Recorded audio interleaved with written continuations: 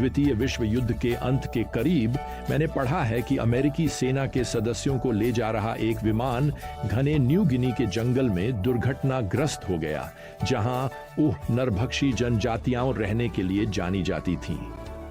एक काफी साहसी बचाव अभियान की आवश्यकता थी, और यह सफल भी रहा। लेकिन मैंने पढ़ा कि यही हुआ था। एक लेफ्टिनेंट कर्नल अपने बटालियन के 66 सैनिकों के सामने खड़ा था और उसे इस बचाव मिशन के लिए 10 स्वयंसेवकों की जरूरत थी। लेकिन सबसे पहले उन्होंने उन्हें ईमानदारी से बताया कि इसमें क्या क्या शामिल होगा। उन्होंने उन्हें बताया कि सबसे पहले उन्हें अनजाने इलाके में कूदना होगा। दूसरा, जंगल इतना घना होगा कि वे शायद कभी पेड़ों से आगे न बढ़ पाएं। तीसरा, अगर वे कूदने के बाद बच भी गए तो उस घाटी में रहने वाली जनजातियां नरभक्षी थीं। खैर, जब वे अपनी बात पूरी कर चुके तो उन्होंने रुककर 10 स्वयंसेवकों के लिए पूछा और सभी 66 सैनिक आगे आ गए। लेकिन बताइए, यह भर्ती करने की कैसी रणनीति है? जिंदगी कठिन होने वाली है, रास्ते में कहीं भी आराम नहीं मिलेगा। स्थानीय लोग आपके संदेश के प्रति शत्रुतापूर्ण होंगे, लेकिन उस घाटी में ऐसे लोग हैं जिन्हें बचाए जाने की जरूरत है। खैर, यही थीम है जो हमारे सुसमाचारों के कालानुक्रमिक अध्ययन में आगे होने जा रहा है।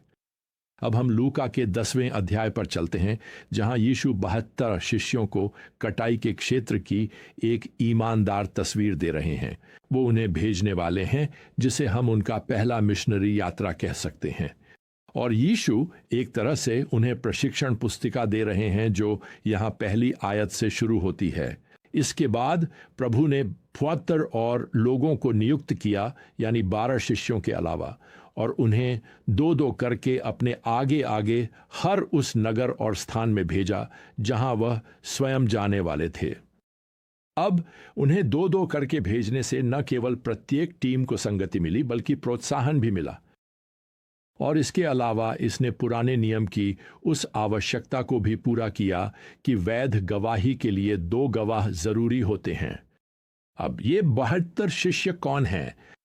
खैर, इनके नाम नहीं बताए गए हैं। संभव है कि इनमें से कई वे लोग हों जिन्हें यीशु ने चंगा किया था, जैसे कि पहले अंधे, लंगड़े व्यक्ति, कोढ़ी आदि, क्योंकि उन्हें उस व्यक्ति ने चंगा किया था जिसका धार्मिक नेता विरोध कर रहे थे, तो उन्हें कभी भी यहूदी समाज में वापस आने की अनुमति नहीं मिलती। वे अलग थलग ही रहते। तो यीशु स्पष्ट रूप से इन व्यक्तियों को अपने चारों ओर इकट्ठा कर रहे हैं, और जैसा कि लूका लिखते हैं, उन्हें नियुक्त कर रहे हैं। और इस दृश्य से एक अद्भुत सिद्धांत है जिसे मैं आगे बढ़ने से पहले आपके साथ साझा करना चाहता हूं। यह रहा, ईश्वर ने आपके लिए एक स्थान निर्धारित किया है और उस स्थान को आपके लिए नियुक्त किया है। देखिए, यहां पाठ में जो नियुक्त किया शब्द है, उसने उन्हें नियुक्त किया, वह किसी को एक पद पर नियुक्त करने का संकेत देता है। तो यीशु बस इन शिष्यों को यूं ही नहीं छोड़ रहे हैं, वह उन्हें अपनी दिव्य योजना के भीतर एक स्थान पर नियुक्त कर रहे हैं। अब सुनिए प्रियजनों, आप आज मसीह के शिष्य के रूप में जीवन में यूं ही किसी बेतरतीब घटनाओं की श्रृंखला में नहीं चल रहे हैं। आपका जीवन कोई दुर्घटना नहीं है। आपका जीवन एक जिम्मेदारी है। आज आप वास्तव में ईश्वर की ओर से एक जिम्मेदारी पर हैं। खैर, आगे बढ़ने से पहले मैं एक और सिद्धांत आपके सामने रखना चाहता हूं। यह रहा, हमेशा करने के लिए उससे अधिक होता है जितना आप कभी भी पूरा कर सकते हैं। यीशु यहां अब दूसरे पद में कहते हैं, फसल बहुत है पर मजदूर थोड़े हैं, इसलिए फसल के स्वामी से प्रार्थना करो कि वह अपने खेत में मजदूर भेजे। यह एक अच्छा तरीका है यह कहने का कि तुम्हें मदद की जरूरत पड़ेगी। जो काम मैं तुम्हें सौंप रहा हूं वह तुम्हारे लिए बहुत बड़ा है, इसलिए अभी से सहायक के लिए प्रार्थना करना शुरू कर दो। शायद आपने पहले ही जान लिया है कि आपको हमेशा एक और स्वयंसेवक की जरूरत होती है। तो प्रियजनों, हिम्मत रखो, आप फसल के स्वामी से प्रार्थना कर रहे हैं। इस वाक्यांश का अर्थ है कि वही इसका स्वामी है। वह पूरे काम का प्रभारी है, पूरी व्यवस्था का। जब आप अपने कार्य पर उसकी सेवा करेंगे तो केवल वही आपको आवश्यक लोग और प्रावधान प्रदान कर सकता है। इसलिए प्रार्थना करें और उस पर भरोसा रखें कि वह आपको उपलब्ध कराएगा। अब मैं इस प्रशिक्षण पुस्तिका से एक और सिद्धांत निकालना चाहता हूं। यह रहा, मसीह की आज्ञाकारिता अपने आप आपके जीवन को आरामदायक नहीं बना देगी। यीशु ऐसा ही यहां तीसरी आयत में कहते हैं, जाओ देखो मैं तुम्हें भेड़ियों के बीच में भेड़ों के समान भेज रहा हूं। यह ऐसा है जैसे कोई कहे, अपना पैराशूट पहन लो, मैं तुम्हें वहां भेजने वाला हूं जहां नरभक्षी रहते हैं और वे तुम्हें खाना चाहेंगे। खैर, भेड़ियों के झुंड में एक मेमने से ज्यादा असहाय कुछ नहीं हो सकता। लेकिन मैं चाहता हूं कि आप ध्यान दें, उस वाक्य में सबसे महत्वपूर्ण शब्द ये है, मैं तुम्हें मेमनों की तरह भेज रहा हूं।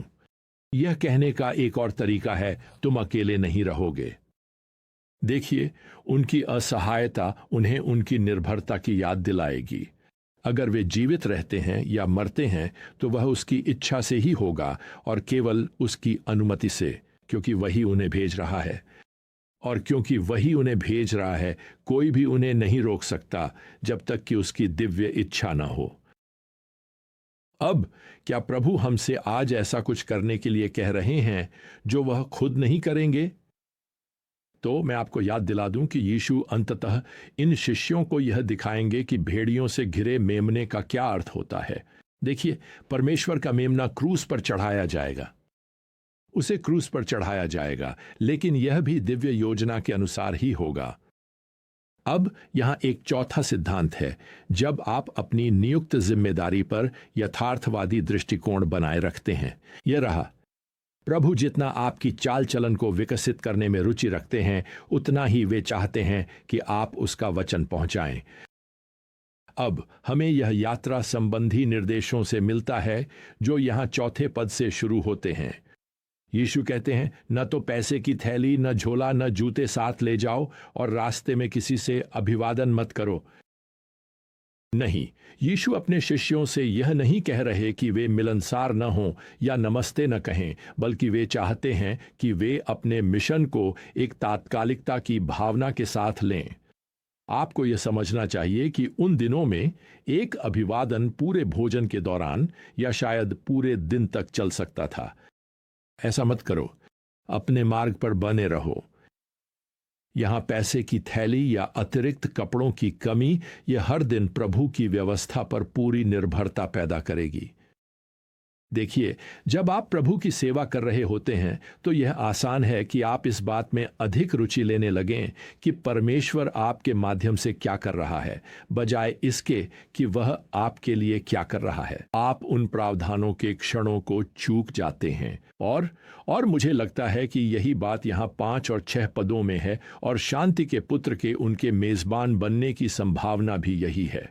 यहाँ शांति का पुत्र वह व्यक्ति होगा जो सुसमाचार संदेश में विश्वास करने में रुचि रखता है और अपने घर में उन्हें उनके मिशनरी यात्रा के दौरान ठहराता है। तो इन शिष्यों को प्रभु पर भरोसा करना होगा कि वह उन्हें उन घरों तक एक मेजबान तक पहुंचाएगा। उन्हें प्रभु पर भरोसा करना होगा यहाँ तक कि जब उन्हें कोई सहानुभूतिपूर्ण मेजबान न मिले या कोई ऐसा श्रोता न मिले जो उनकी सेवकाई में रुचि रखता हो। अब यहाँ एक और सिद्धांत है। ये मत भूलिए कि जिन लोगों से आप मिलते हैं वे सेवा करने के लिए हैं, उपयोग करने के लिए नहीं। यहाँ 7वें पद में यीशु कहते हैं, उसी घर में ठहरे रहो, जो कुछ वे दें उसे खाओ पियो, घर घर मत घूमो। दूसरे शब्दों में, किसी और अच्छे घर या बेहतर प्रस्ताव की तलाश में मत रहो। देखिए, इन शिष्यों को ऐसा नहीं करना है कि वे किसी गांव में जाएं और फिर वहां रहते हुए धीरे धीरे ऊंचे स्तर के घर में चले जाएं। यीशु उन्हें बता रहे हैं, पहले जिस घर में तुम्हें आतिथ्य मिले उसी में ठहरे रहो। अब मैं आपको एक और सिद्धांत देना चाहता हूं। अपनी व्यक्तिगत सुविधा सीमा के ऐसे तरीकों से खींचने की अपेक्षा करें जिनकी आपने कल्पना भी नहीं की होगी। मैं चाहता हूं कि आप यहां ध्यान दें। यीशु 8वें पद में कहते हैं, जब भी आप किसी नगर में जाएं और वे आपको स्वीकार करें तो जो कुछ आपके सामने परोसा जाए उसे खा लें। ये कितना स्पष्ट है ना? वो कह रहे हैं, जहां भी आप जाएं, जो भी घर आपको आतिथ्य दे वही खाएं जो वे बना रहे हैं। मुझे वह समय याद आ गया जब मैं और मेरे 3 भाई अपने मिशनरी माता पिता के साथ प्रचार यात्रा पर जाते थे और हम उस घर के ड्राइववे में पहुंचते थे जहां हमें रात के खाने के लिए बुलाया गया होता था। मेरी माँ हमेशा पीछे मुड़कर वह छोटी सी कविता दोहराती थी, अब याद रखना बेटों, जहां वह ले जाएंगे मैं वहां जाऊंगा, जो वह खिलाएंगे मैं उसे निगल लूंगा। ठीक यही बात यीशु इन 72 लोगों को समझा रहे हैं। यहां एक और सिद्धांत है जिसे मैं आज उजागर करना चाहता हूं। सिद्धांत संख्या 7 यह रहा, सुनिश्चित करें कि आप सारी प्रशंसा वापस परमेश्वर को लौटा दें। यीशु यहां 9वीं आयत में कहते हैं, रोगियों को चंगा करो और उनसे कहो, परमेश्वर का राज्य तुम्हारे निकट आ गया है। दूसरे शब्दों में, आप आने वाले राज्य के राजा के प्रतिनिधि हैं। आप कल्पना कर सकते हैं, है ना, कि किसी गांव में इन चमत्कार करने वाले शिष्यों को देखकर कितनी उत्सुकता और उत्साह होता होगा। अंधे देख सकते हैं, लंगड़े चल सकते हैं, विकलांग ठीक हो जाते हैं, लकवाग्रस्त लोग बिना किसी दर्द के उठकर दौड़ने लगते हैं। मेरा मतलब है, गांव के नेता जरूर इन दोनों शिष्यों से मिलना चाहेंगे। भीड़ उन्हें सम्मानित करना चाहेगी, रहने के लिए निमंत्रण, भोजन के लिए निमंत्रण, ये सब आने लगेंगे। ध्यान से देखिए कि उन 72 लोगों से क्या कहने के लिए कहा गया है, परमेश्वर का राज्य तुम्हारे निकट आ गया है। दूसरे शब्दों में, यह हमारे बारे में नहीं है, यह परमेश्वर के राज्य के बारे में है, यह हमारे राजा के बारे में है, और यह तो बस हमारे राजा की शक्ति की एक झलक है, और केवल हमारे राजा ही स्तुति, सम्मान और महिमा के योग्य हैं। खैर, इस प्रशिक्षण पुस्तिका में और भी सिद्धांत आगे आने वाले हैं। हम अपनी अगली विजडम जर्नी में उनमें से कुछ पर पहुंचेंगे, और तब तक प्रभु यीशु मसीह का अनुग्रह, परमेश्वर का प्रेम और पवित्र आत्मा की संगति आप सभी के साथ बनी रहे। आमीन।